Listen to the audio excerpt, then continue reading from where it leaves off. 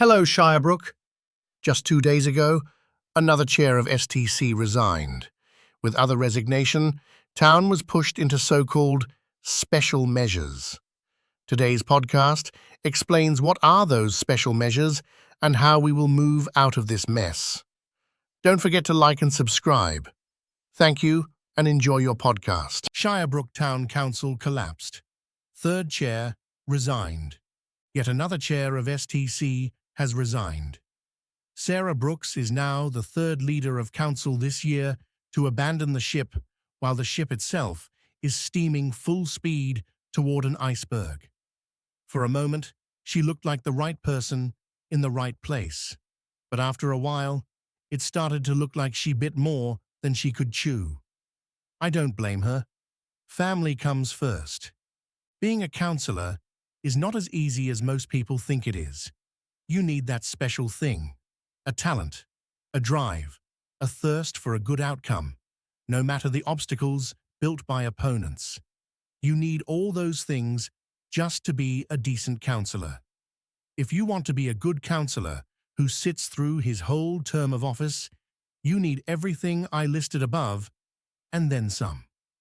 Chapter 2. New resignations. Previous resignations, although significant, were not as dangerous to the town's functioning as the recent ones. This time, the consequences are far more drastic. With the additional resignation of Councillor Tony Burns, STC has become inquorate.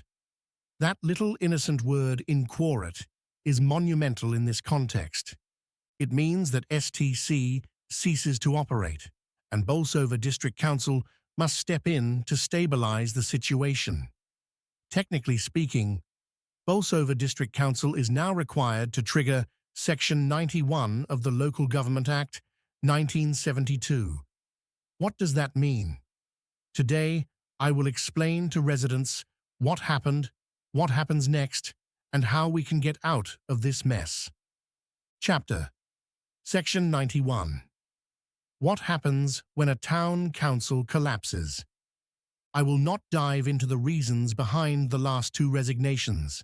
Facebook is already overflowing with accusations, counter-accusations, and emotionally charged statements. I want to talk about facts.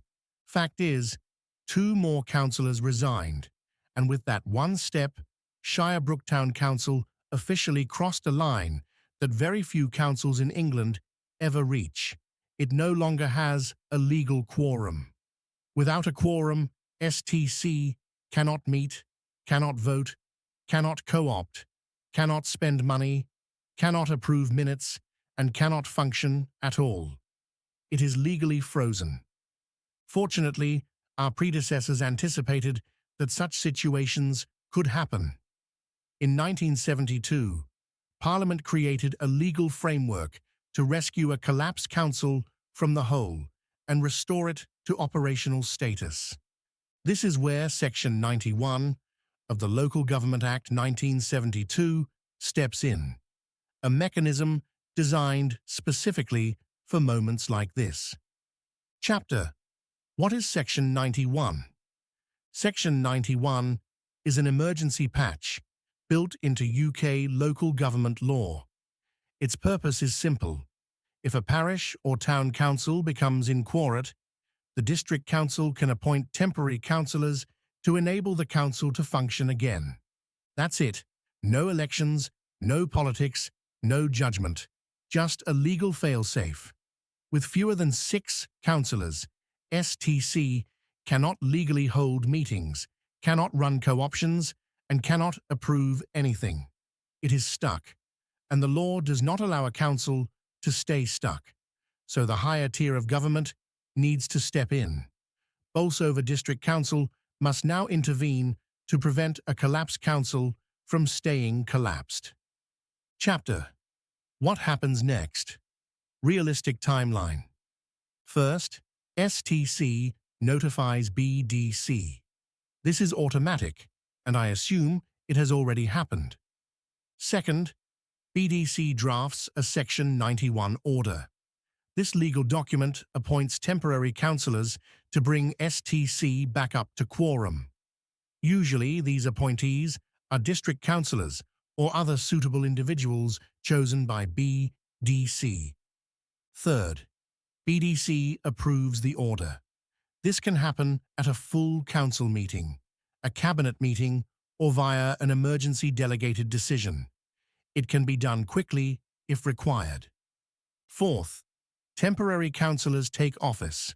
Once appointed, STC becomes quorate again and meetings can resume legally. A new chairman can be elected and urgent financial and governance issues can finally be dealt with, including co-options. I assume the temporary councillors will be appointed solely to allow STC to co-opt enough new councillors to function again, after which normal business will return to the renewed council. According to my research, once enough permanent councillors have been elected or co-opted and a quorum is stable, the Section 91 order expires and STC returns to normal democratic operation. Chapter: What does this mean for Shirebrook? There is a wise saying, lies are like debt. Sooner or later, you have to pay for them with interest. Some may feel that Labour-style behaviours at STC, procedural shortcuts, unclear communications, a lack of transparency, and a pattern of secret, last-minute decisions have accumulated like unpaid debts. And now, the town is paying the bill for years of poor governance and avoidable drama. Whether residents agree with that assessment or not, one thing is certain: the consequences have now arrived. And I hope people will remember this moment on the next election day. Chapter: 2 seats are open again. From the 16 councillors elected in the last full election, only 4 remain: Sean Cheeseman, Fred Goby, Brian Murray-Carr, and Dale Smith. There is also Martin Barber, elected in a by-election. Can we blame them for the current situation? No, not at all. None of them was in a leadership position in the last decade. When others run away, they stay in position, ready to serve. You must respect that. Still, we have 9 seats up for co-option and 2 additional vacant seats after the last wave of resignations. The BDC website has already published a vacancy notice for 2 seats in the South Ward. Chapter: Endgame. I have no idea how many people besides me have applied for co-option. But after this whole co-option drama, I wouldn't be surprised if someone says, I would rather expose myself to the electorate's judgment than go through yet another ordeal of the co-option process.